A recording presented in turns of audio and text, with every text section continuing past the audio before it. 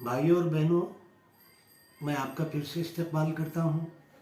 مجھ سے فرمائش کی گئی ہے کہ اسلامی قانون کے تحت وصیت اور وراثت، صحیح تلفظ وراثت ہے، وراثت کے متعلق میں وضاحت کروں اور اس کے بارے میں معلومات بہم کراؤں، آپ کو فراہم کروں۔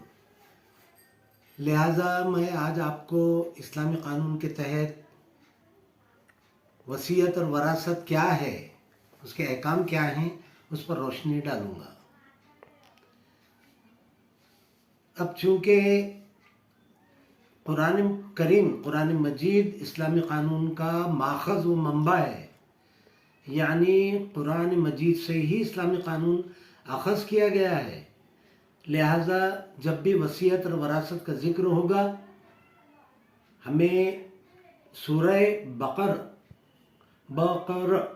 یا بقرہ، اس کے معنی ہے بقر کے گائے بیل، اور اگر بقرہ تلفظ کیا جائے تو اس کے معنی ہوں گے واحد گائے۔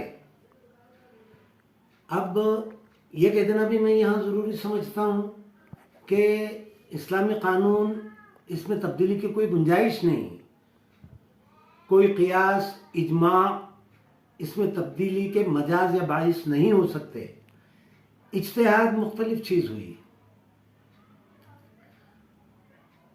اب جب سورہ بقر میں اس کا تذکرہ ہے تو اس کے رکوع 21 اور آیت نمبر 180 میں قطعی حکم آ گیا ہے کہ قرآن کے مطابق اپنے مال کی وصیت کرو۔ ترجمہ یوں ہے، جب کسی شخص کو یہ محسوس ہو کہ اب اس کی موت کا وقت قریب ہے، اس کی موت کا وقت آ لگا ہے، اب وہ مال چھوڑ کر مر رہا ہے، تو وہ اپنے مال کی وصیت کرے، اپنے ماں باپ رشتہ داروں کو دستور کے مطابق و موافق مال دلوا کر مرے۔ یہ حق ہے پرہیزگاروں پر۔ اب اس ترجمے سے کیا ثابت ہوتا ہے میرے بھائی اور بہنوں، کہ یہ احکام صرف تاکیدی ہی نہیں بلکہ تعزیری ہیں۔ اس کی وجہ یہ ہے کہ آگے تعزیری احکام آ رہے ہیں کہ جو کوئی حکم عدولی کرے گا اللہ کے عذاب کا مستحق و سزاوار ہوگا۔ اسی سورہ بقر کی یا سورہ بقرہ کی آیت نمبر 181 میں مزید تعزیری حکم آ رہا ہے کہ جو کوئی وصیت میں تبدیلی کرے گا وہ گناہگار ہوگا۔ اب تبدیلی کرنے والے سوچیں گے کہ متوفی کہاں زندہ ہو کر آئے گا اور دیکھے گا کہ وصیت میں تبدیلی کی جا رہی ہے، لیکن اللہ سبحانہ و تعالیٰ تو سمیع بصیر ہیں، اللہ رب العالمین خوب سنتے اور جانتے ہیں، اس لیے وصیت میں تبدیلی گناہ ہوگا۔ اب وصیت کی تفصیل میں جانے سے پہلے ہمیں سورہ نساء ضرور دیکھنا ہے، یہ ناگزیر ہے، لازم ہے۔ کیوں کہ سورہ نساء میں میراث کی تقسیم کا ذکر ہے۔ اب میراث کیا ہے یہ تو آپ سبھی جانتے ہیں، پھر بھی میں واضح کر دوں۔ کوئی شخص اپنی زندگی میں اپنے مال و جائیداد کی وصیت نہ کرتے ہوئے، منتقلی نہ کرتے ہوئے فوت ہو جاتا ہے، مر جاتا ہے، تو وہ جو جائیداد مال چھوڑ کر فوت ہوتا ہے وہ اس کے ورثاء کی میراث ہوگی۔ وہ میراث ہوگی، ورثہ ہوگا یا وراثت ہوگی۔ اب اس کو میں مزید واضح کروں کہ کوئی شخص ہے، اس نے اپنی زندگی میں اپنے مال و جائیداد کی، کچھ مال و جائیداد کی وصیت بھی کی، خود پر کچھ قرض بھی چھوڑا، اور کچھ مال و جائیداد کی وصیت نہ کرتے ہوئے اسے ترکہ رہنے دیا اور فوت ہو گیا۔ اب اس کے احکام یوں ہیں بھائی اور بہنوں کہ سب سے پہلے متوفی کے قرض کو ادا کیا جائے، اس کے بعد وصیت پر عمل ہو، اس کے بعد ورثہ، وراثت یا میراث کی تقسیم کی جائے ورثاء میں۔ اس کے ساتھ ساتھ آگے ترغیب دی جا رہی ہے، یہ بھی غور سے سنیں بھائی اور بہنوں، کہ ورثہ کی ترکے کی تقسیم کے وقت ایسے رشتہ دار جو از روئے شرع میراث کے حصے دار نہیں ہیں لیکن مفلس و نادار ہیں، یتیم ہیں، تو ان کو بھی مال میں سے کچھ نہ کچھ دو، ان سے شفقت کا سلوک کرو، اظہار ہمدردی کرو، ان کی دلجوئی کرو۔ اب یہ بڑا لمحہ فکریہ ہے بھائیوں اور بہنوں، ذرا غور کریں، کیا ہم اس پر عمل کر رہے ہیں؟ کیا ہمارے پاس آج یہ تصور بھی باقی رہ گیا ہے کہ ایسے رشتہ دار جن کا میراث میں حق و حصہ نہیں، ان کو بھی ورثے میں سے، ترکے میں سے کچھ دیں؟ ارے بھائی، ترکے میں سے ایسے رشتہ داروں کو دینا تو دور، میرے خود اپنے ذاتی تجربے میں ہے، برسہ برس سے میں نے خود دیکھا ہے کہ ایسے رشتہ داروں کو دینا تو بہت دور کی بات، بلکہ ورثہ کے حقوق کو سلب کر لیا گیا ہے، غصب کر لیا گیا ہے۔ چھوٹے بھائی بہنوں کے حقوق کو، جن کا حصہ تھا قانون نظر شرع، اس کو غصب کر لیا گیا ہے۔ غصب کرنے والے فوت ہو گئے، اب ان کی اولادیں بھی اسی معاملات پر عمل پیرا ہیں، انہوں نے اپنی بہنوں اور بھائیوں کے حقوق غصب کر لیے اور دبا دیے۔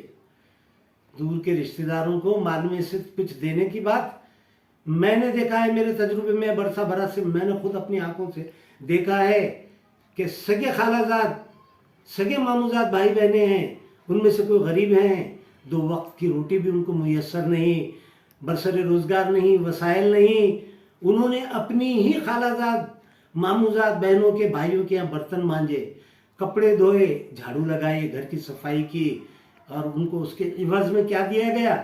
2 وقت کا کھانا، وہ بھی جو بچ رہا باقی ماندہ ان کے کھا لینے کے بعد وہ ان کو دیا گیا ہے۔ کتنا بڑا المیہ ہے، کسی ٹریجڈی ہے کہ پھر بھی ہم نمازی ہیں، حاجی ہیں۔ یاد رکھیں، ایسے معاملات انصاف پسند انسانوں کو کمیونزم یعنی اشتراکیت کی طرف مائل کرتے ہیں، خاندانوں سے بغاوت کی طرف، ان سے ٹوٹ جانے کی طرف مائل کرتے ہیں۔ یہ بھی میرا ذاتی تجربہ ہے۔ اب میں پھر سے سورہ نساء کی طرف آؤں گا، اس کو نہایت غور سے سنیں۔ میں چونکہ بتا چکا ہوں کہ سورہ نساء میں میراث کس طرح تقسیم ہو ورثہ کی، اس کے احکام آ گئے ہیں۔ متوفا نے چھوڑے ہوئے مال و جائیداد کی تقسیم ورثہ میں کس طرح ہو، میراث کی تقسیم کس طرح ہو، اس کو اللہ سبحانہ و تعالی نے خود اپنی وصیت سے تعبیر کیا ہے۔ اب یہ بات مشکل محسوس ہو رہی ہوگی، میں اس کو مزید واضح کروں۔